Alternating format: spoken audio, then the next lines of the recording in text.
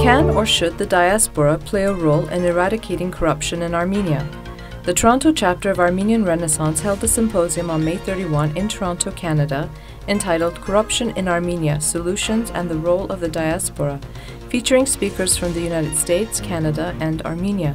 Dr. Berj Minasyan, Zare Uzunyan, and Vahan Kolulyan of the Armenian Renaissance Toronto chapter set the tone for the symposium by outlining and identifying the challenges. But today, in addition to these important missions, there is an additional and fundamental issue as Armenia faces an existential challenge due to the unsustainable rate of emigration. The diaspora must actively participate in the effort towards building a stable state. The coming of age of Armenia and the diaspora are symbiotic and closely interdependent.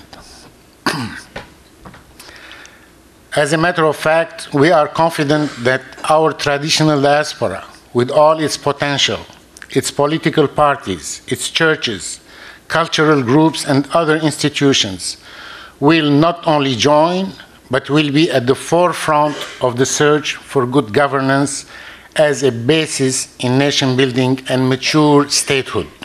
We have an oligarchic system. The entire country, pretty much, more or less, belongs to about 50 families. You don't need to be a world Nobel-winning economist to figure out that an oligarchic system is not good. Daron Acemoglu, all the great economists clearly say you cannot have a country with an oligarchic system. It is doomed to fail. So do we have good governance? We don't. We have an oligarchic system. This must be replaced by a democratic system, a proper country. Diaspora is where the Armenian nation goes to die as an Armenian nation. And so we don't have that. And again, logic and facts bring us to the fact that unless we do something about this, we will end up with nothing. We are on the road of self-annihilation. Putting Armenia's corruption issues into context, let's not forget that we had 80 years of Soviet rule. Who you knew was more important than what you knew. Soviet party rule is contrary to individual rights. And over these 80 years, Armenia didn't have the opportunity to build institutions.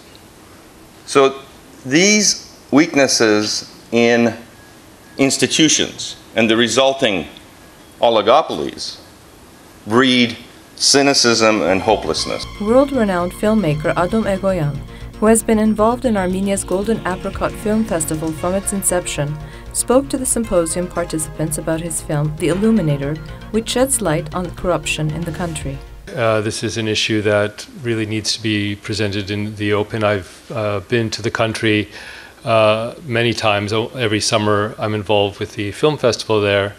And it's an issue that, of course, comes up in the most casual places and moments. And it's something that I have always been disturbed by. And it led to this short film. Karekin Chukasizyan, one of the founders of the Armenia-based pre-parliament, was invited from Yerevan to participate in the symposium. He spoke about the Qarabağ movement, the dream of its reunification with Armenia, and argued that we still have to achieve real independence. He spoke also about the hope that is missing, that in order to survive, we have to calculate, think, and dream differently. This is the despair that we have in our souls. Of course, you know, our optimism in our souls and optimism of Vahan, who is sponsoring different tributaries of civil society, of academia. This is very important, but look on the despair. This is the despair that we are having in Armenian souls, and not only in Armenia. This despair is in every Armenian's soul now, that we are going nowhere. How can we change this picture in our souls? How can we reinterpret what is happening with us and have another border in our mind? That whatever we have had now in the last 20 years as a statehood, it is not a statehood. It's a decorative, post-colonial, post-Soviet creature. We have never had real independence yet. We need to understand this as Kurds are understanding that tomorrow they are going to have a sovereign state. There is no time, because figures are awful. There is enough scientific evidence today. All of you have heard about this. I'm not going to repeat about billions of dollars, about hundreds of thousands of people living every year. We are not going to lose just the statehood. We are going to lose the presence of Armenian people on the last portion of Armenia. This is what is going to happen. Vladimir Shegoyan of Policy Forum Armenia spoke about the importance of mobilization and rallying Armenians to combat corruption in the country, which is a severe detriment to economic development. It's interesting that it's, and I don't want to say that it's just a coincidence, but it's interesting to see how different segments of our society independently are coming to realization how crucial this issue is for Armenia. And when I said different segments of our society, I mean that different chapters or in different countries, people are getting together and trying to raise this issue and make it heard. Gamo Mailyan, who was the study coordinator for the report Depopulation Crisis in Armenia and the chief editor of Depop.am, spoke about the alarming rates of immigration and how people's decision to leave isn't always economic, but due to the weakness of institutions. Briefly, we show here the main reasons, according to respondents, behind their decisions to emigrate. Because the decision to emigrate is not conditioned by financial reasons only. There are non-financial reasons, and among them are corruption, lack of proper access to the judiciary system. Here we spoke about the judiciary system and improvements. However, there is a huge institutional gap coming from the Soviet Union. That gap starts from the pre-investigation bodies, which means that pre-investigation bodies are allowed to accuse a suspect before he goes to the court.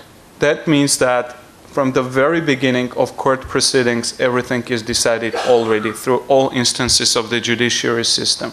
Bronwyn Best of Transparency International Canada provided a global framework for corruption. Her words underscored the importance of pan-national mobilization to fight against corruption in Armenia. Said that corruption is one of the greatest challenges of the contemporary world. It undermines good government, fundamentally distorts public policy, leads to the misallocation of resources, harms the private sector and private sector development, and particularly hurts the poor.